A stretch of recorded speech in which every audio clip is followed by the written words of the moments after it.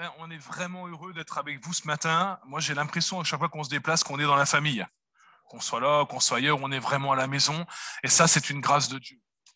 Alors, je vais commencer ce matin, avant de présenter l'ONG, déjà par quelque chose qui me tient à cœur. Je vois Gérard qui est là-bas derrière avec Daniel. Et juste vous dire que Gérard, si je suis là ce matin, c'est parce qu'il y a 21 ans, il m'a fait confiance. Je me disais, Gérard, j'y réfléchissais cette semaine et il y a 21 ans, tu m'as donné la possibilité d'apporter mon premier message. Ça remonte déjà. Hein. Ça nous rajeunit pas. Mais en même temps, Gérard était pasteur dans les Ardennes avec Daniel encore à ce moment-là, et on l'a entendu, on est originaire des Ardennes. Et alors que je suis allé vers mon pasteur à ce moment-là pour eh bien, lui signaler ce que Dieu avait mis sur mon cœur, il m'a fait confiance. Et je voulais juste te remercier ce matin, Gérard, un peu en direct là comme ça, parce que je crois que c'est grâce à des hommes de Dieu qu'on peut aller plus loin, des gens qui nous font confiance. Souvent dans la vie, on n'aurait pas misé 2 euros sur nos vies, mais le Seigneur le fait. Et le Seigneur a permis bien que ce matin, on puisse être là parmi vous, et ça a commencé comme ça. Donc c'est quand même quelque chose de particulier, mais je tenais à le signaler. Que le Seigneur soit béni. On est tous un maillon dans la chaîne des uns des autres, et je crois qu'on doit remplir notre rôle. Et à un moment donné, on lâche prise, et à un moment donné, on passe la main, et le Seigneur est bon avec nous. Hein. Que le Seigneur soit béni. Alors oui, l'ONG, alors je suis là pour une double intervention. Ce matin, évidemment, on va partager la parole de Dieu.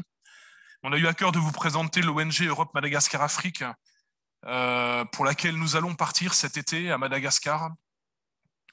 Le Seigneur a réorienté. Nous étions sur Célestat depuis 2017, donc ça aurait fait 4 ans là, au mois de juillet. Et puis, le Seigneur a réorienté, nous a donné une autre direction, et nous allons partir en tant que missionnaires donc sur Madagascar pour cette ONG Europe Madagascar Afrique. Une ONG qui a un slogan intéressant. Oui, vous pouvez envoyer le PowerPoint, hein, s'il vous plaît, merci. Bon, ça doit fonctionner. Voilà. En tout cas, l'ONG a un slogan intéressant qui dit « Vous ne pouvez pas changer le monde, mais vous pouvez changer le monde d'un enfant ». Et parfois, on est là et on se dit, et même dans la vie chrétienne, simplement dans l'église, on se dit « Mais Seigneur, qu'est-ce que tu veux que je fasse ?» Et on cherche des grandes directions et on fouille. Et parfois, le Seigneur, il attend juste qu'on se mette en route. On a tous en nous quelque chose qui peut bénir l'autre. Et je crois qu'il faut qu'on en prenne conscience. Et souvent, c'est là que le bas blesse. On ne peut pas changer le monde, mais on peut changer le monde d'un enfant. Vous pouvez se faire suivre le PowerPoint, hein, merci. Donc voilà Madagascar, en quelques mots, hein, très rapidement, allez-y. Je vais essayer si vous pouvez laisser juste 2 minutes sur chaque diapo, c'est bien, ou même moins. On connaît à peu près Madagascar, hein, très rapidement, superficie, ça va un peu vite. Les minutes passent plus vite, là, c'est à sa réunion qu'à Célestat, visiblement. 1,5 fois comme la France, c'est à peu près 1600 km de long sur 600 de large. 2 fois moins peuplé, hein, les chiffres de 2020, c'est 26,2 millions d'habitants par rapport à la France. En tout cas, un pays avec des ressources naturelles et agricoles riches, un sol qui est riche aussi, mais un pays aussi très pauvre. Allez-y, on peut faire passer. Merci. Donc voilà les chiffres mis à jour aujourd'hui. Le salaire moyen, environ, ou un peu moins de 2 euros par jour. Vous voyez ce que ça peut représenter à la fin d'un mois, c'est pas grand-chose. Hein. Pour quelqu'un qui gagne bien sa vie à Madagascar, il gagne à peu près l'équivalent de 50 euros par mois. Et c'est là qu'on peut peut-être juste se rendre compte de la grâce qu'on a d'habiter en France. Je ne sais pas si vous aviez un sujet d'action de grâce, mais maintenant vous en avez un. Dites merci au Seigneur pour ce que vous avez. Votre voiture, votre maison, les beaux vêtements dont vous êtes vêtus ce matin, c'est une grâce. Et souvent, c'est quand on commence à regarder autour de nous qu'on se rend compte de ce qu'on a. Que le Seigneur soit béni ce matin. Vous faites partie, c'est un pasteur qui disait ça dans un de ses messages, mais nous en Europe, et nous faisons partie des 5% des gens les plus riches du monde. Souvent, quand tu regardes ton compte en banque à la fin du mois, tu te dis, moi, je suis un peu chaud là. Mais non, on fait partie, nous, des 5% de gens les plus riches au monde. Bénissons le Seigneur pour ça. Je continue. Les origines de l'ONG, eh bien, ces origines, elles viennent tout particulièrement d'un homme que vous avez connu en tout cas peut-être les plus anciens dans la région, le pasteur François Forchelet, qui est un homme de Dieu, un homme de cœur, qui, voilà, des rencontres l'ont conduit à Madagascar. Et puis, cette ONG a commencé avec la sœur Françoise Audouard, qui était sur Saint-Dié et qui, fraîchement diplômée, est partie à Madagascar. Là, on la voit comme première missionnaire avec son mari Andy. On peut faire suivre, merci. Jean-Noël, le frère de François Forchelet, qui lui aussi a été missionnaire sur l'ONG de 98 à 2006. Et puis la famille Mougelot, que peut-être certains connaissent ici, qui eux sont encore missionnaires jusqu'à aujourd'hui. Et c'est avec eux que nous allons, à partir du mois de juillet, collaborer sur place. Et peut-être, par la grâce de Dieu, on verra comment les choses vont. Mais puisque Josué et Marie-Pascale arrivent aussi à l'âge de la retraite, Dieu voulant, nous prendrons aussi la direction de l'ONG à court terme. En tout cas, quand nous serons aptes à pouvoir le faire. Le village dans lequel est implantée cette ONG, donc voilà, vous voyez comme c'est aussi beau que sa Réunion, enfin presque. C'est un pays très, très pauvre. Madagascar, paraît-il, je crois que c'est le 5e pays le plus pauvre au monde. La 5e plus grande île au monde, mais le 5e pays le plus pauvre au monde. Et donc voilà dans quel contexte en fait est implantée l'ONG. Alors tout Madagascar n'est pas comme ça. Hein. Là, c'est vraiment un village très pauvre qui est dans le 6e arrondissement de la grande capitale d'Antananarivo. Je ne sais pas si vous voyez un peu Antananarivo, c'est divisé en 6 arrondissements et l'ONG se trouve dans le nord-ouest. En fait, si vous voyez l'aéroport international d'Ivato, on trace une droite 20 minutes juste en dessous et c'est l'ONG est là, quoi. Pour la situer un peu. Hein. Donc voilà, on continue les photos qui parlent d'elles-mêmes. L'implantation dans ce village, très pauvre, mais par la grâce de Dieu, il y a de belles choses qui ont été faites. Ça fait maintenant 30 ans que l'ONG, enfin bientôt 30 ans, 2023, que l'ONG est implantée. En 30 ans, ce sont des milliers d'enfants qui sont passés par le centre Fitaïn. Alors ça s'écrit Fitayana, mais ça se dit Fitaïn en malgache. Donc Gatsoa, bienvenue. Vous l'avez peut-être lu sur le petit trait d'union qui vous a été envoyé. Bienvenue à Madagascar. Alors, le centre Fitaïn, dans ses débuts, c'est ça. C'est juste un terrain, c'est rien du tout pour finir. Et puis, par la grâce de Dieu, des hommes, des femmes ont travaillé d'arrache-pied pour créer vraiment une station missionnaire sur place. Mais en même temps, dans cette station missionnaire, on va voir qu'il y a beaucoup de choses. Alors ça, c'est les chambres d'accueil. Je fais un petit créneau, si on peut faire juste une petite pause là. Vous allez voir, mon épouse a avec elle des petits flyers comme ça que vous pourrez récupérer à la fin si vous voulez en savoir un peu plus. Et puis dedans, il y a des feuilles de souscription parce que comment fonctionne l'ONG ? Elle fonctionne avec des parrainages. Les enfants qui sont sur le centre sont parrainés par des Français et d'autres. Et pourquoi je vous dis ça maintenant ? Parce que ces chambres d'accueil sont réservées aux parrains.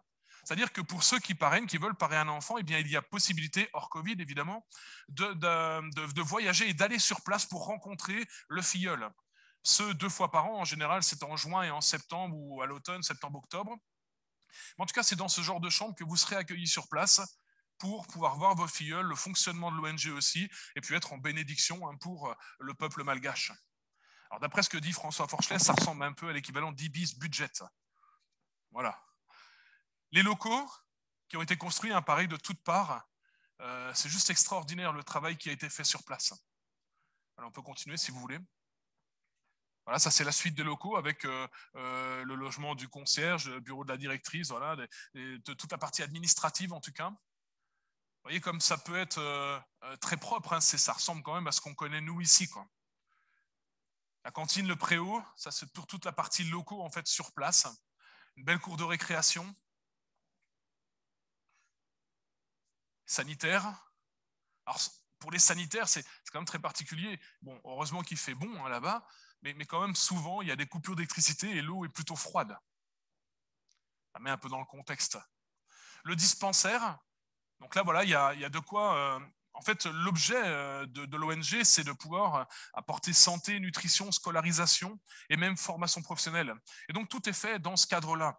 Des salles de soins, une pharmacie, donc on a vu le cabinet dentaire juste avant. Voilà. On passe à l'école, puisque c'est la grande partie aussi. Alors, ces chiffres doivent être mis à jour. Je vais juste revenir un peu en arrière, merci. Je vais passer vite maintenant. On a reçu cette année sur le centre, c'était 520 enfants. Donc, c'est un peu plus que ce qui est indiqué là.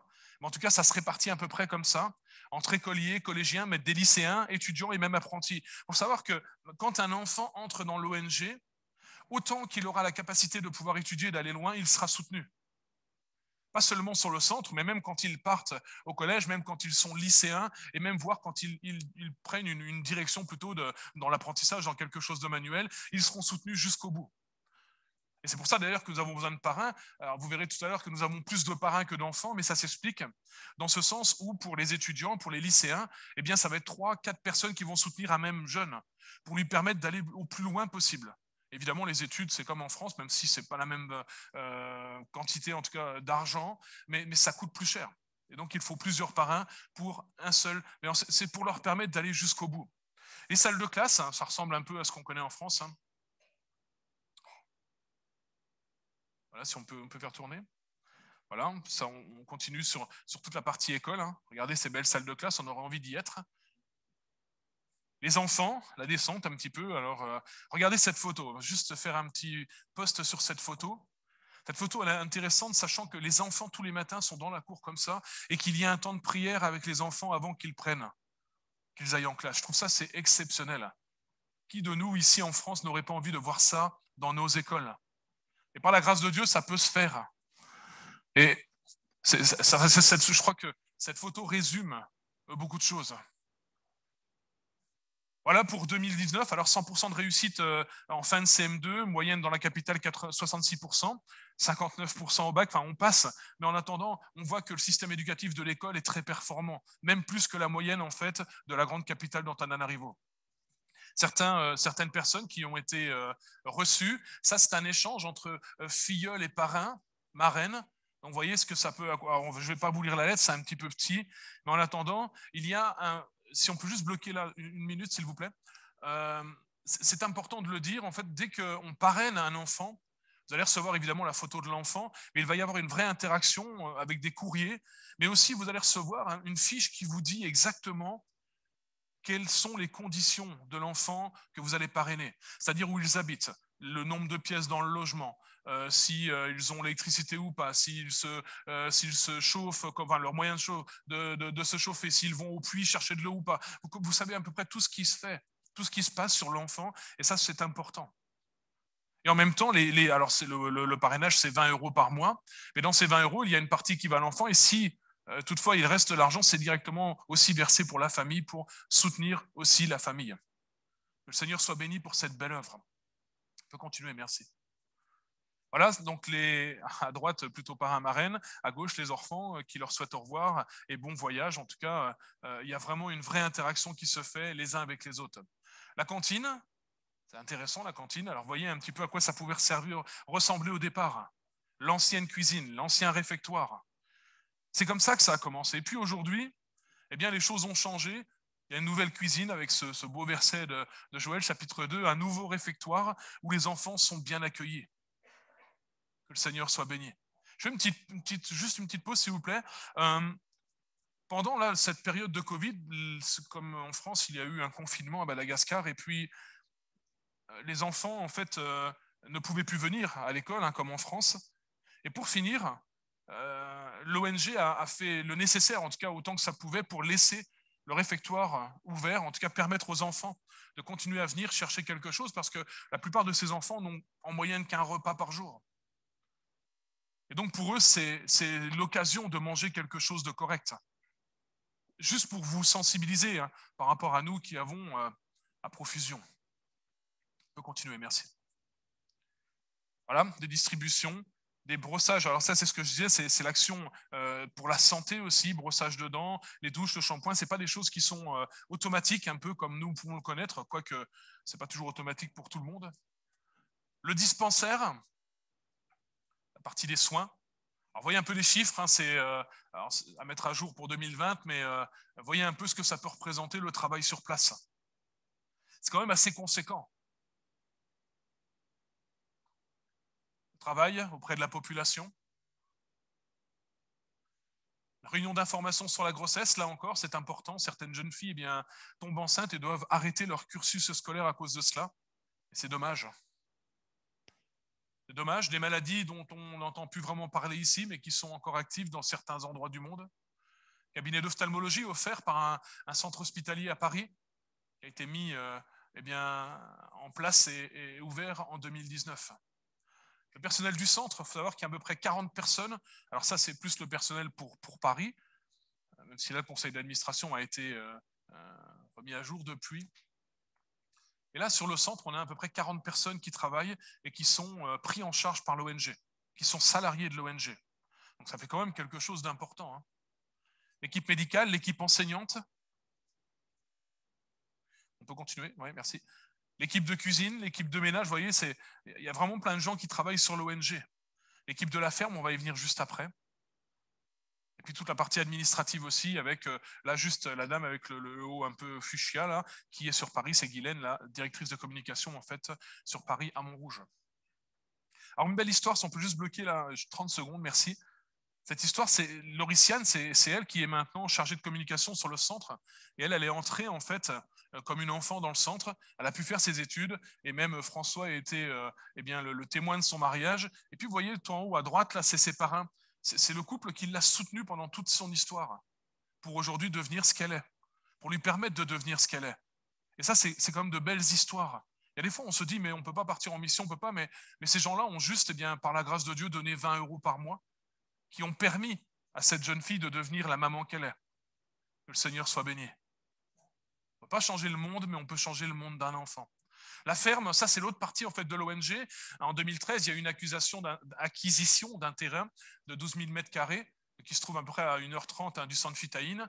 Et puis, voilà, les choses ont changé. Une clôture du terrain, des bassins de rétention, un forage des pluies.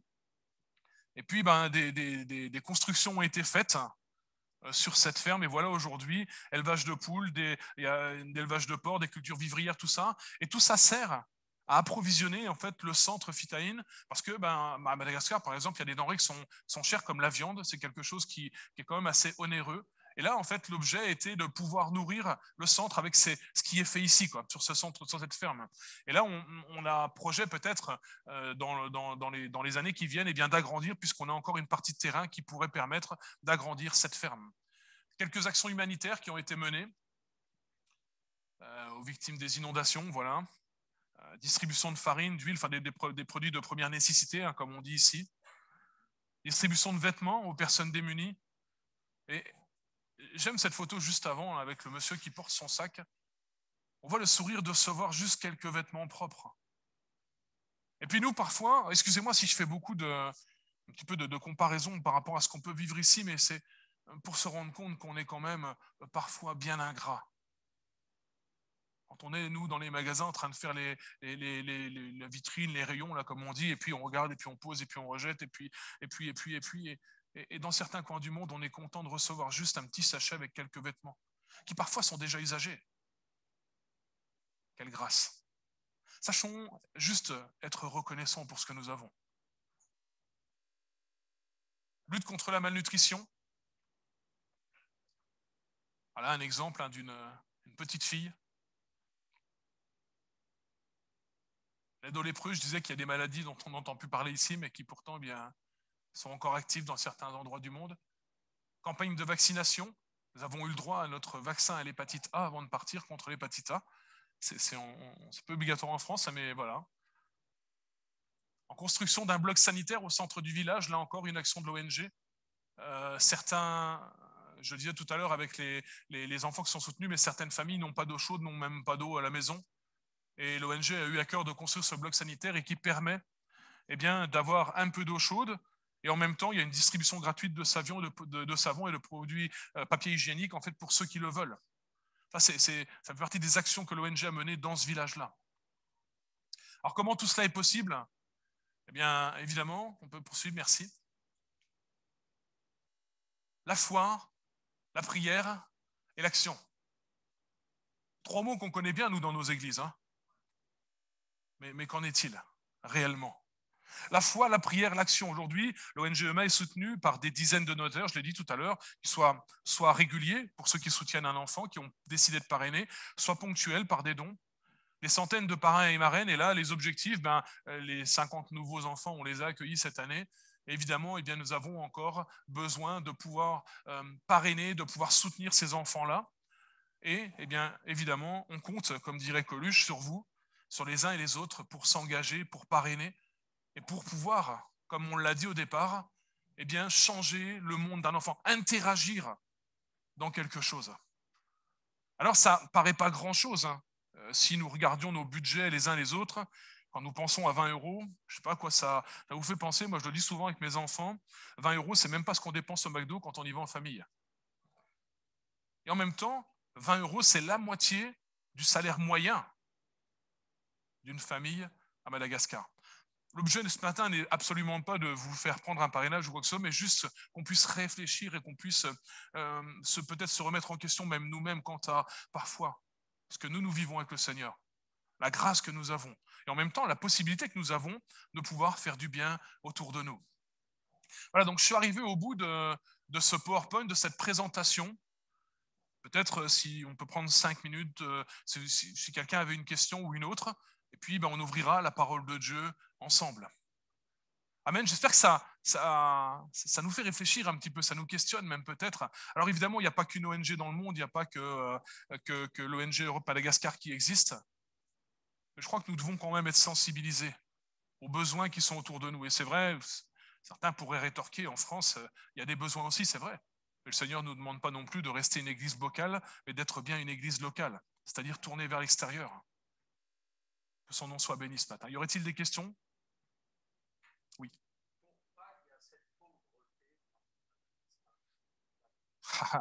Okay, ça c'est une bonne question, c'est de la géopolitique ça, mais je crois qu'en fait, comme certains pays africains, il y a beaucoup de ressources, mais une mauvaise redistribution des ressources.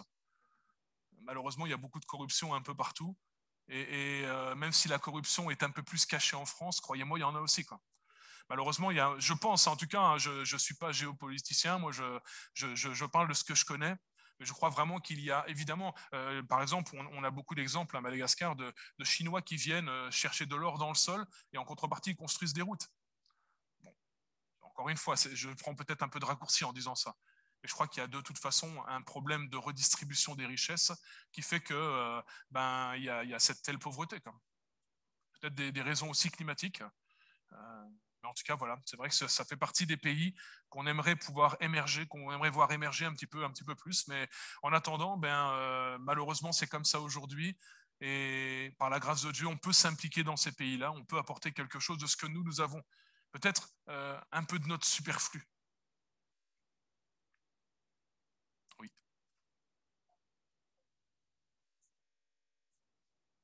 Alors, pas vraiment. C'est quand même un peu particulier, Madagascar, mais il n'y a pas spécialement de persécution. En fait, il faut savoir que Madagascar, à 80%, c'est le christianisme. Alors, un christianisme à la malgache. C'est-à-dire que c'est à peu près partagé entre le protestantisme et le catholicisme, mais avec beaucoup de paganisme à l'intérieur. Vous savez, par exemple, on pourrait citer, je vais arrêter là, mais juste le culte des ancêtres, où ils vont dans les tombes, ils sortent les tombes, ils changent le linge, et puis il y a toute une fête qui est faite autour pour honorer les ancêtres. Alors, ce contexte-là, en fait, permet, ou permet pas plutôt, qu'il y ait de la persécution, en tout cas en tant que telle. Madagascar est une île plutôt tranquille dans ce domaine-là. Après, il y a de la révolte, mais plutôt face à la pauvreté, à ces choses-là, mais pas en termes de persécution religieuse, en tout cas, quoi. D'ailleurs, le nouveau président qui a été élu en 2019, Andry Rajoelina, et lui est un chrétien affermi. Dernièrement, alors vous pouvez le suivre hein, sur Facebook ou sur Instagram, et dernièrement, par exemple, au moment de la Pentecôte, il a fait tout un message sur le Saint-Esprit pour son peuple. Je trouve ça très exceptionnel pour un président. Il appelle son peuple à vivre dans la vie de l'Esprit, à aller chercher quelque chose de plus en Christ. Dernièrement, il finissait un de ses sermons avec un passage de Romains chapitre 12. Je trouve ça exceptionnel pour un président. Hein. Donc c'est vraiment... Alors après, voilà, il y a toutes les actions politiques aussi dont je ne connais absolument pas les tenants et les aboutissants, mais en attendant, c'est quand même quelqu'un qui a une foi, qui exerce sa foi, qui manifeste sa foi, même s'il est d'obédience catholique, hein, ça c'est pas vraiment un problème. En tout cas, voilà, je pense qu'à la tête d'un pays, c'est quand même précieux. Voilà. Mais s'il n'y a plus d'autres questions, on peut ouvrir la parole de Dieu ensemble et on va bien écouter ce que le Seigneur a mis sur mon cœur, en tout cas ce matin pour l'Église de sa réunion. Je vous invite à ouvrir vos Bibles, si vous l'avez avec vous, dans l'Évangile de Marc au chapitre 5. Je vais essayer de ne pas parler trop vite. On me dit souvent que je parle vite. Moi, je ne suis pas alsacien. Hein. Je vais essayer de... Marc, chapitre 5, et on va lire les versets 21 à 34.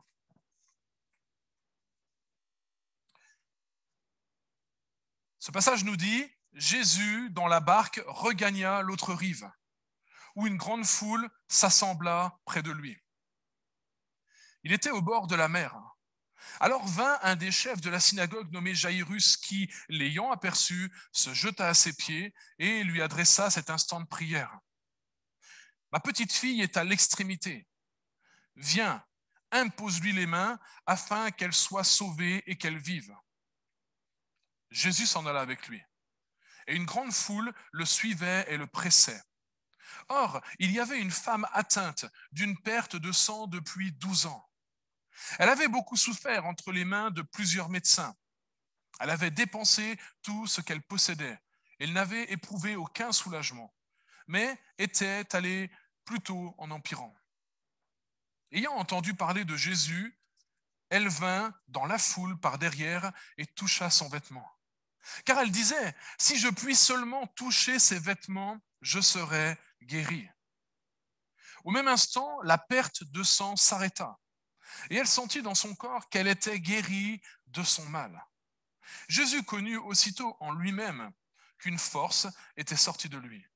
Et en se retournant au milieu de la foule, il dit, qui a touché mes vêtements? Ses disciples lui dirent, tu vois la foule qui te presse et tu dis, qui m'a touché? Et il regardait autour de lui pour voir celle qui avait fait cela. La femme, effrayée et tremblante, sachant ce qui s'était passé en elle, vint se jeter à ses pieds et lui dit toute la vérité. Mais Jésus lui dit, ma fille, ta foi t'a sauvée, va en paix et sois guérie de ton mal. Amen. C'est un passage qu'on connaît plutôt bien, le passage de la femme à la perte de sang. On a ici deux événements qui se superposent. Je dis deux événements parce que les protagonistes de cette histoire ne sont pas prêts d'oublier tout ce qui s'est passé ce jour-là au contact de celui qui peut tout. Amen. Est-ce que nous sommes ce matin au contact de celui qui peut tout? Amen. Alors aucune crainte, il peut tout. Alléluia. Deux personnes que tout oppose, un chef de la synagogue et une simple femme du peuple, qui de plus est malade. Et même si on en croit la loi, elle est impure. La loi de Moïse déclarait que cette femme était impure à cause de sa perte de sang et qu'elle devait rester dans l'isolement. Vous pouvez trouver ce passage notamment dans le livre du Lévitique, chapitre 15, et versets 19 à 33. Mais deux personnes qui ont manifesté la même foi envers le Fils de Dieu, envers celui qui peut tout. Ce fut d'ailleurs la clé du miraculeux, la clé du miracle dans chacun de ces cas.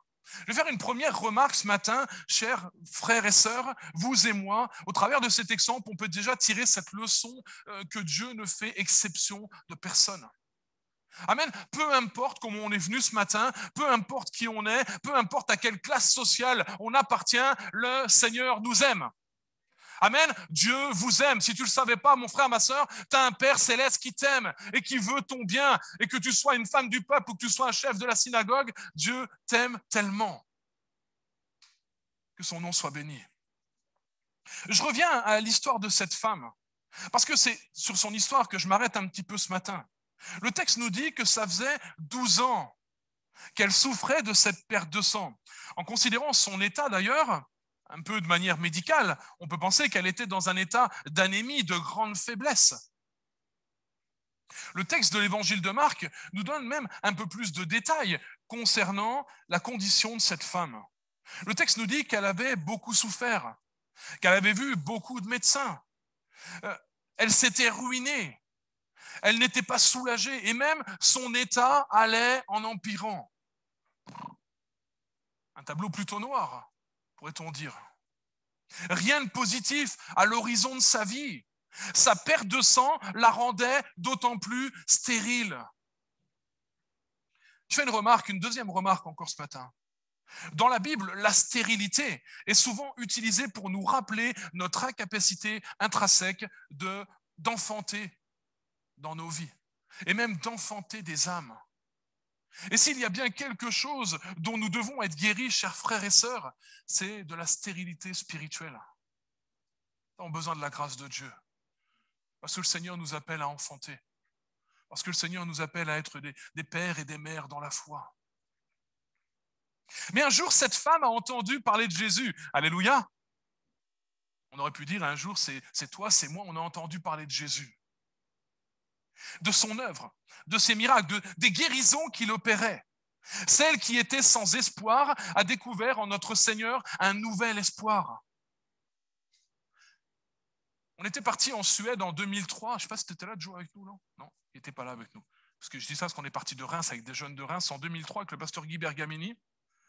Et nous avions sur nos t-shirts un message que je ne vais pas vous le dire en suédois parce que c'est un peu barbare. En tout cas, le message en français, ça voulait dire « Il y a de l'espoir, son nom est Jésus ». Amen. Chers frères et sœurs, il y a de l'espoir pour ta vie, il y a de l'espoir pour ta situation, il y a de l'espoir pour ta famille parce que son nom est Jésus. Est-ce qu'il faut autre chose ce matin que le nom de Jésus? Il y a de l'espoir. Son nom est Jésus. Et cette femme qui est sans espoir découvre en Jésus un nouvel espoir. Il y a comme quelque chose qui renaît dans sa vie. À en croire les faits qui nous sont rapportés par l'évangéliste Marc, cet espoir s'est vite transformé en une foi ferme. Une foi qui croit que le miracle est possible. Amen. Je crois qu'on est tous équipés de cette foi ce matin. C'est ça, hein? Alléluia. Tu crois que dans ta vie, le miracle est possible. Tu crois que dans ta vie, c'est pas encore fini parce que Dieu n'a pas dit son dernier mot. C'est ça, hein? Je suis au bon endroit ce matin. Amen. Alléluia. C'est cette foi qui va la conduire au milieu de la foule avec le but ultime et précis de ne pas seulement voir Jésus, mais de le toucher.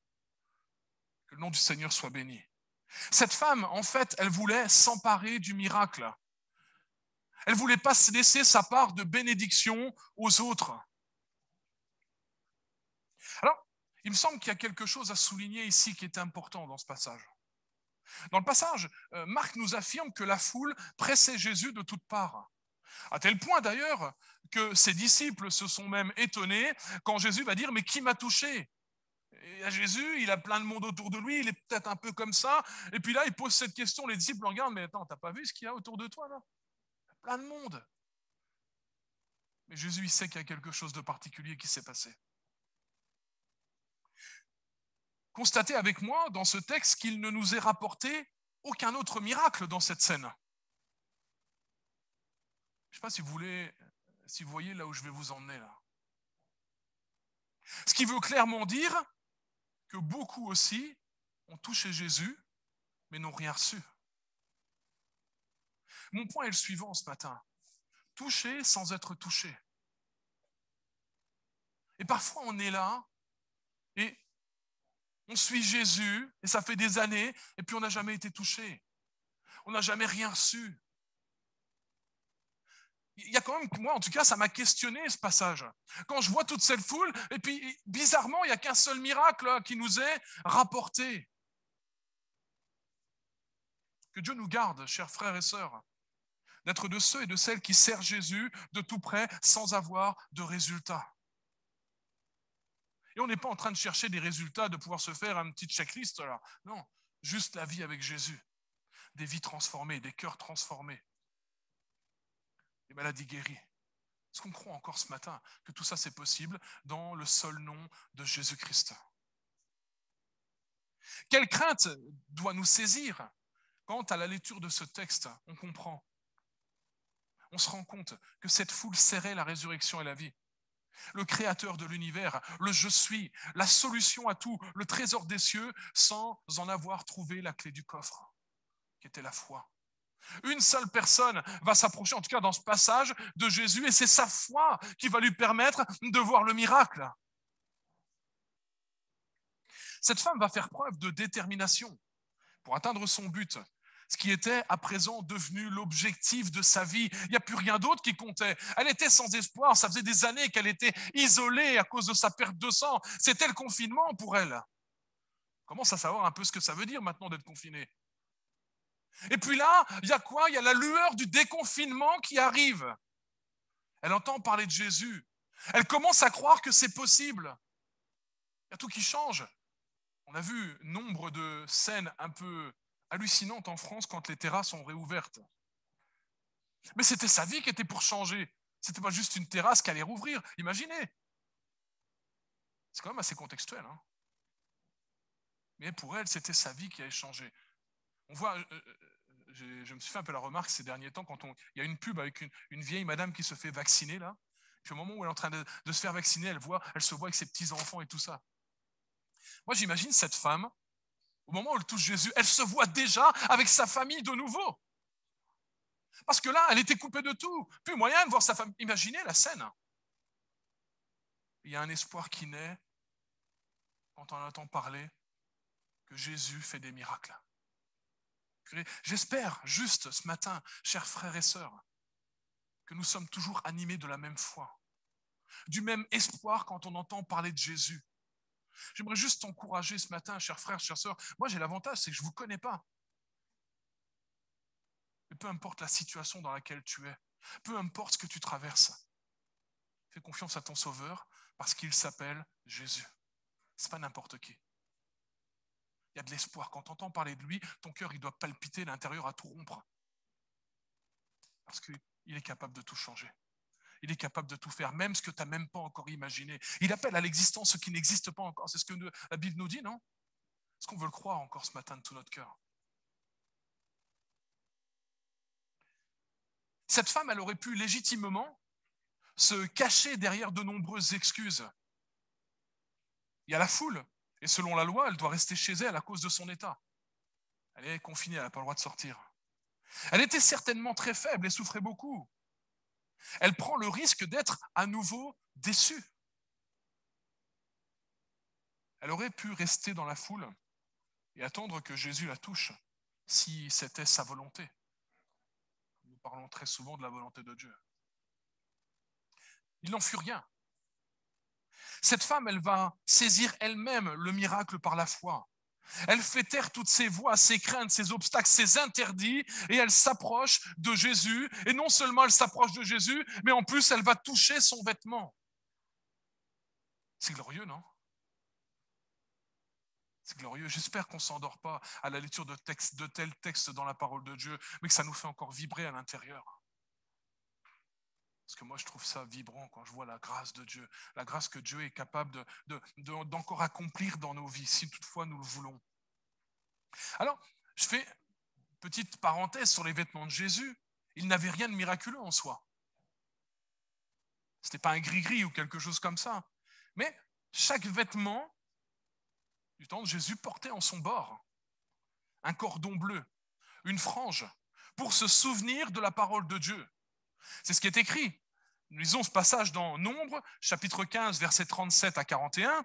Il est dit, l'Éternel dit à Moïse, parle aux enfants d'Israël et dis-leur qu'ils se fassent de génération en génération une frange au bord de leurs vêtements et qu'ils mettent un cordon bleu sur cette frange, du bord de leurs vêtements. Quand vous verrez cette frange, vous la regarderez et vous vous souviendrez de tous les commandements de l'Éternel pour les mettre en pratique. Et vous ne suivrez pas les désirs de votre cœur, de vos yeux, pour vous laisser entraîner à l'infidélité. Mais vous vous souviendrez ainsi de mes commandements. Vous les mettrez en pratique et vous serez saints pour votre Dieu. Je suis l'Éternel, votre Dieu, qui vous ai fait sortir du pays d'Égypte pour être votre Dieu. Je suis l'Éternel, votre Dieu. Qu'est-ce qui se passe dans ce passage? Cette femme, elle va toucher Jésus. Elle va toucher le vêtement, mais non seulement elle touche Jésus, mais elle touche littéralement la parole de Dieu. Comprenez ça? Le Verbe incarné, c'est ce que nous dit l'évangile de Jean. Cette femme ne va pas non seulement toucher un vêtement physique, mais par la foi, elle touche celui qui est la parole de Dieu. C'est concret avec cette petite frange bleue. Rappelons-nous quand même que Jésus vit encore sur ce que nous appelons l'Ancien Testament à ce moment-là. Il est soumis à ses lois, la loi de Moïse. C'est seulement qu'après viendra l'Église. Jésus, le texte nous dit, Jésus sentit qu'une force était sortie de lui. Je crois que lorsqu'on touche le Seigneur, il y a un échange qui s'opère. Amen. La Bible nous dit quand nous donnons nos cœurs au Seigneur, quand nous approchons de lui, quand nous nous convertissons, comme nous avons coutume de le dire, l'Esprit de Dieu vient habiter en nous. Que son nom soit béni ce matin. Il y a un échange qui s'opère. nous ne sommes plus les mêmes après. Je crois que rencontrer Christ, il y a un avant et il y a un après. Chers frères, chères sœurs, c'est pas normal si tu es toujours comme avant. Excusez-moi, je suis un peu direct, mais c'est pas normal si on change pas. C'est pas normal si ce qui sort de ta bouche, ça change pas. C'est pas normal si ton vocabulaire est toujours aussi ordurier. C'est pas normal. Quand tu rencontres Jésus, il y a un avant et il y a un après. T'es plus la même personne. Que le nom du Seigneur soit béni. C'est lui qui opère le miracle dans nos vies. C'est lui qui fait les choses. Alors cette femme va expérimenter une double bénédiction. Elle va non seulement être guérie instantanément, mais elle va aussi goûter à la grande miséricorde et au pardon de notre cher Sauveur. Comme on l'a lu dans le texte de base, cette femme, malgré qu'elle sache ce qui s'est passé en elle, elle a été comme enfermée pendant des mois, des années, elle était en confinement, puis là, il y a la guérison qui est en elle, et cette guérison, elle est synonyme d'une victoire, c'est-à-dire de pouvoir ressortir de... Mais pourtant, à l'intérieur d'elle, il n'y a pas la joie. Il y a quelque chose qui questionne, qui interpelle quand même. Elle aurait dû se réjouir d'être guérie. Mais elle sait aussi ce que tout cela implique à cause de la loi de Moïse. Elle était impure, elle n'avait rien à faire là. Selon ce que la loi dit, tout ce qu'elle touchait était impur. Imaginez la foule. Et là, c'était tous, il y avait un cluster énorme. Hein. Mais oui. Tout ce qu'elle touchait, cette femme devenait impure, c'est ce que dit la loi de Moïse. À cause de son impureté. On peut bien imaginer pourquoi elle n'était pas réjouie dans son cœur tout de même. Parce que pour elle, elle allait prendre cher, excusez-moi l'expression, à cause du fait qu'elle soit là. Mais non plus, en même temps, elle ne peut pas nier ce qui s'est passé dans son corps. Chers frères et sœurs, parfois on voudrait nous faire taire dans ce monde. Mais nous ne pouvons pas nier ce que Jésus a fait quand il est venu dans nos vies, quand il a changé nos vies, quand il nous a transformés. Est-ce qu'on peut le nier ça? Je ne crois pas.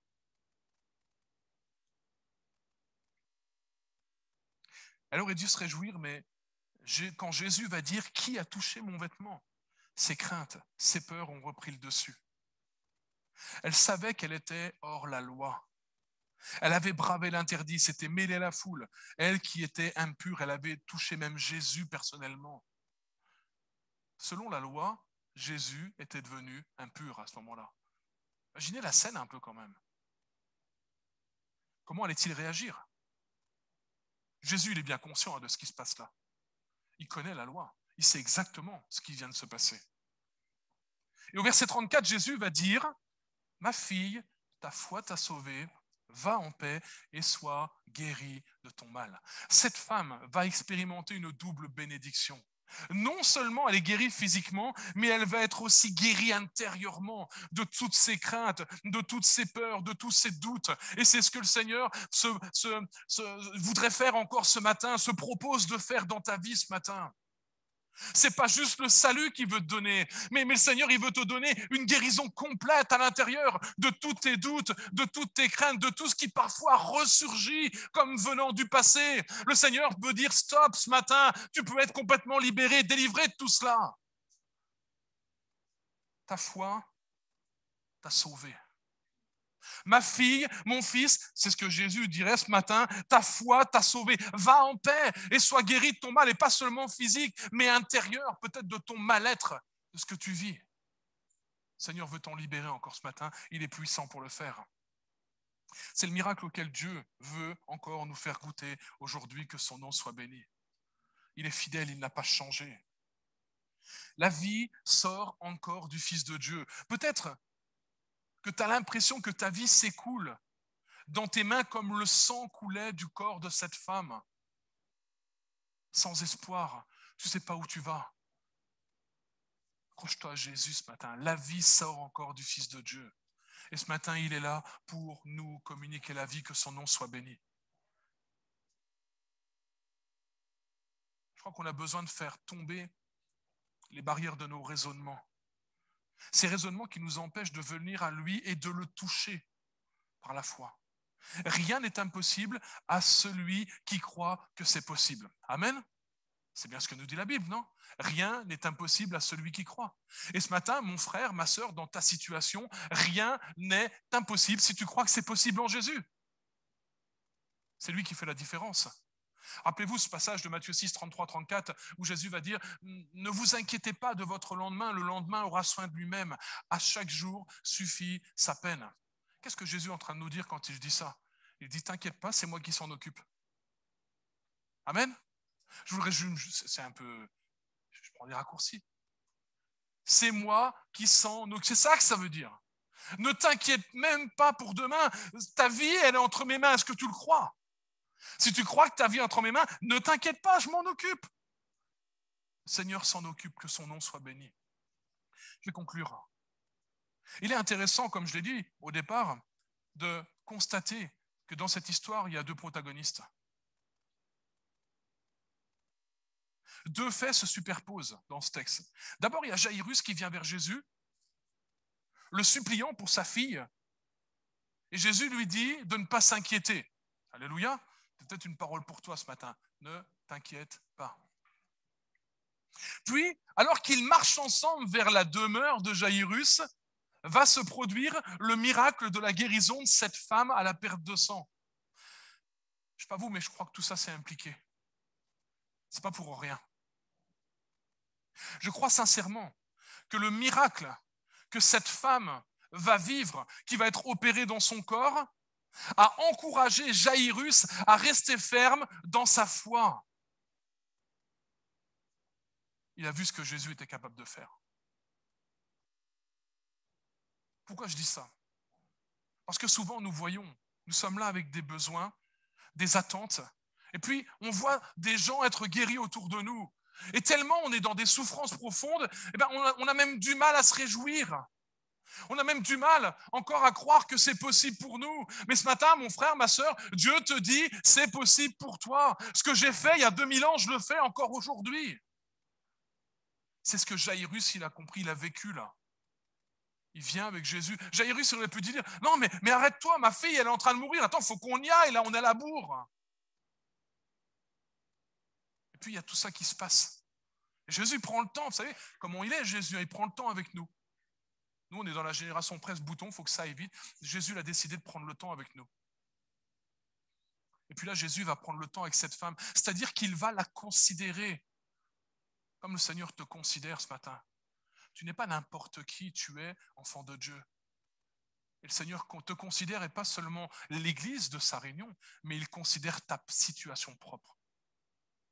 Jésus a pris le temps de considérer la situation de cette femme, toute en gardant en filigrane, évidemment, la situation de Jaïrus, parce que la Bible, elle nous dit que Dieu ne fait exception de personne. Il n'y en a pas plus pour l'un, pour l'autre. Et puis ça se termine bien pour les deux, pour finir. Alléluia. Je voudrais juste vous encourager ce matin, chers frères et sœurs, que vous êtes le prochain sur la liste. Accroche-toi à cette pensée, la prochaine fois, c'est mon tour.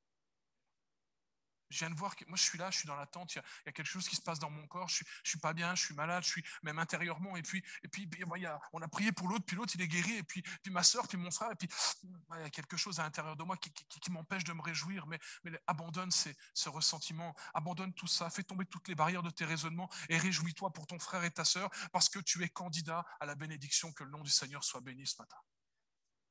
Chers frères et sœurs, nous sommes candidats à la bénédiction. Pas à cause de nous, à cause de Christ en nous. C'est lui qui fait la différence. Que le nom du Seigneur soit béni. Sachons considérer tous les miracles, tous les exaucements de prière que Dieu opère autour de nous afin que notre foi soit encouragée. Laissons le Seigneur nous permettre encore de le toucher par la foi. Et pas toucher sans être touché.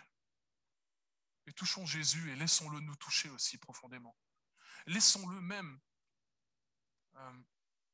revitaliser notre foi, notre vision, notre entendement même parfois, notre compréhension de la parole de Dieu, nos conceptions. Acceptons que Jésus puisse venir faire le ménage en nous. Parce que c'est ça que ça veut dire. Parfois on est là avec des raisonnements, et c'est ces raisonnements qui nous empêchent de voir la gloire de Dieu. Le Seigneur te dit ce matin, accepte d'être vidé pour que moi je te remplisse.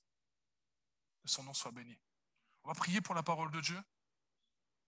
Seigneur, merci parce que tu es fidèle. Merci parce que tu ne changes pas, tu es toujours le même. Croyons que tu es lent à la colère et riche en bonté. Que ton nom soit béni ce matin. Merci parce que tu prends patience, parce que tu nous considères les uns les autres tels que nous sommes. Et tu prends du temps avec nous, Seigneur. Je veux te dire combien je te suis reconnaissant pour le temps que tu as pris pour ma vie, Seigneur. Je n'étais pas aimable, mais tu m'as rendu aimable. Je ne pouvais me sauver moi-même et tu m'as sauvé, Seigneur. J'avais besoin d'être guéri et tu m'as guéri, Jésus. Oh, à toi soit la gloire. Que ton nom soit glorifié, que seul ton nom soit glorifié ce matin, Jésus. Amen.